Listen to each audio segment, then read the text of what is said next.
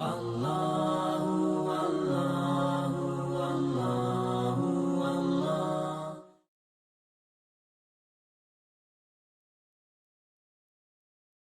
talking about the word infidel, not, All right, good. not in the Quran. So the word infidel there is no such word in the Quran. Obviously, an English word, right? And infidel is actually developed by Christians to refer to non-Christians. Right. Right. In the Quran, we have words like kafir, right? Like that's one they usually translate as infidel. What does kafir mean? The root word is kafara. Actually means to hide. Right, so infidel is actually a very bad translation, right? Because kafara actually means somebody who knows and hides, and that's why disbelievers are called kafir, because many of them, they see the signs of Allah, but they hide the truth. You see what I'm saying? So infidel is kind of like, it's one of the things like Hollywood's kind of made that name popular. Usually in Islamic circles, you'll never see a Muslim use the word infidel. If you do, it's probably an ignorant Muslim. But that was really like a word that was developed by Crusaders and the Christians. I wasn't too concerned about the word necessarily as much as the two different teachings that I've been told are actually in the Quran. Okay. The one that at the beginning where the population of believers is in the minority, and then the instruction is to convert and peace and seek peace and seek to convert people to that religion. But then once that religion and the beliefs are in the majority, like the populace, like a majority are following the Quran, believe in Allah, then the instruction is to the ones that don't believe. Excellent. So this is I guess you could say a myth, right? Because if you look at the Quran and you look at the verses that come in the early parts, which are called Makki ayat, right? They will straight call somebody a non-believer, right? There are verses like Qul ya al-kafirun, which tell you that, look, we will not believe what you believe, and all that kind of stuff, even in the beginning, right? The later verses also, even when they talk about battles, like if you look at the verse, you look at the next verse, you will find it will say, if they incline towards peace, incline towards peace, right? So there is no difference in the attitude of how to deal with people. Verses about calling people towards Allah, towards converting or reverting, as we would say, because we believe everybody is born on a fitrah, are found in Makki ayat and Madni ayat, meaning the earlier verses and later verses, right?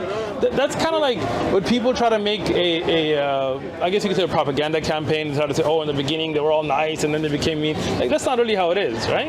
No doubt later there were battles, like physical battles, but all of those were initiated by non-Muslims, right? The first battle is called Badr. I don't know if you've heard of Badr, right?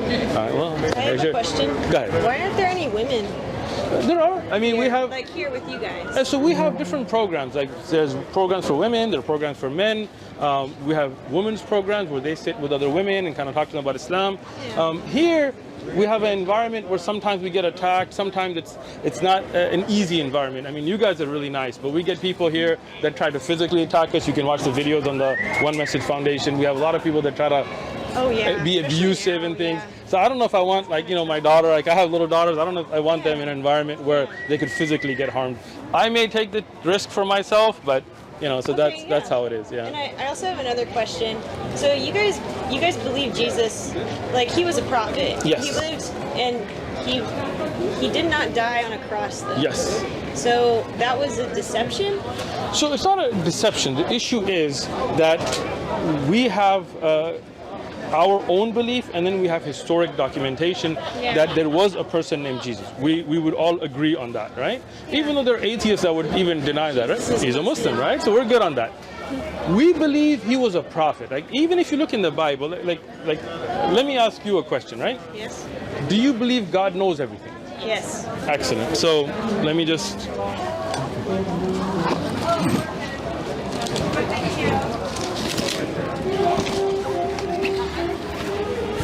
I have a lot of books. So this is the New Testament. If we go to Mark 13:32, right? Ooh, writing, yeah. Yes. But for that day and the hour, no one knows, not even the angels in heaven, nor the Son, but only the Father. May I? Sure. Thank you. I have a study Bible too if you want to get commentary. I have all that. I read a lot on this stuff. So. That's interesting. You read the Bible, but you don't believe it. Yeah, I don't. I mean, I don't believe everything I read, right? Yeah. But I do want to study and be honest. I didn't study the Bible to refute it. I used to go to Bible studies growing up. I didn't go to a mosque. I was raised with Christians and Catholics and all that. So do you see what I'm saying? I know that you believe that that's talking about the resurrection of Christ. So what do you think it's talking about? I think it's talking about his second coming. Okay, so let's talk about the second coming. Which is Would God not? Sure. The resurrection. Which Okay, is so important to know. the question is not about resurrection or second coming. The question is, can God not know? So we just agreed a second ago that God knows everything. Yeah, and he and doesn't here know. clearly He says the only Son the Father doesn't know. knows. Exactly. So there is a difference between Jesus and God then. The Son doesn't know and the God does know. Yes and no. How is a yes and no? There's mystery in the Trinity. Yeah. That's a good answer when you don't have an answer. I know. Right? Let's just be honest, right? I mean, the fact is, I appreciate it. I don't know how to answer. Hang on. Okay, go ahead. So, I was just told that Jesus did not die on the cross. Like in the Quran, he didn't. There's Sure. historical evidence that he did. Really? Where is that? In Roman. Excellent. So let me just stop you before we go further there, right? Yeah. You think? No, I got it. You think I haven't been to these conversations Yeah, I'm before, I'm right? thinking the books keep getting Sure. bigger. Yeah. I've got a whole library at home, so. Seems like Josephus, though, like the Jewish guy that recorded the death of someone. Eusebius? Jesus. Eusebius. Someone claimed to be a Messiah named Jesus. And then there's like Roman Eusebius? scholars. So who- Eusebius was not Jewish. He was actually a Christian historian, and he was a documented liar. Wow. Yeah, so I mean, I can give you evidence if you like. I mean, I was just reading about him earlier. So, Eusebius, for example, see Jacob Buckhart, the 19th century cultural historian. Yeah. This man said the first thoroughly dishonest historian of antiquity. He's not Jewish. Yeah, Eusebius is not Jewish. He's a Christian. No, he wasn't. Well, you can be Christian and Jewish. Well, you can take it as a race, but he was actually from the Roman, So right? he was Jewish by ethnicity. I don't believe he was. You can look that up, but he was Roman. So, He was Roman. Yeah, But he he was- still acknowledges that Jesus died. according to him, yes. But Why since would the he's Romans do that? oh, because they were converting people to Christianity at the time. He wasn't a pagan. weren't. Yeah, he was. Like he made it his mission to all the Christians. So Paul was what? Was he Paul Jewish? He was Roman and Jewish. Thank you. He had dual. Dual personalities? Well, no, he had dual citizenship. Citizenship? Is Jewish a citizenship? Yeah, it's No, so Jews. Rome is a citizenship. Yes, So and Rome other than that- ruled Jerusalem at the time, Yeah, so so there you would be can no still dual be- citizenships, There right? was He was Jewish by ethnically ethnicity not. and also But Ethnically, Paul used to persecute Christians as a Roman.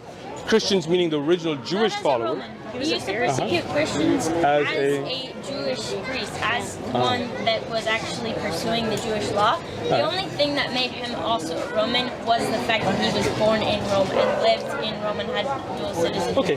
Just the way that someone can come into America and after a time living and working here and if getting approved in the right paperwork, they could become American even though they would not Sure. officially be from here. I mean, there are slight differences because one is an ethnicity and one is a nationality, For sure. right?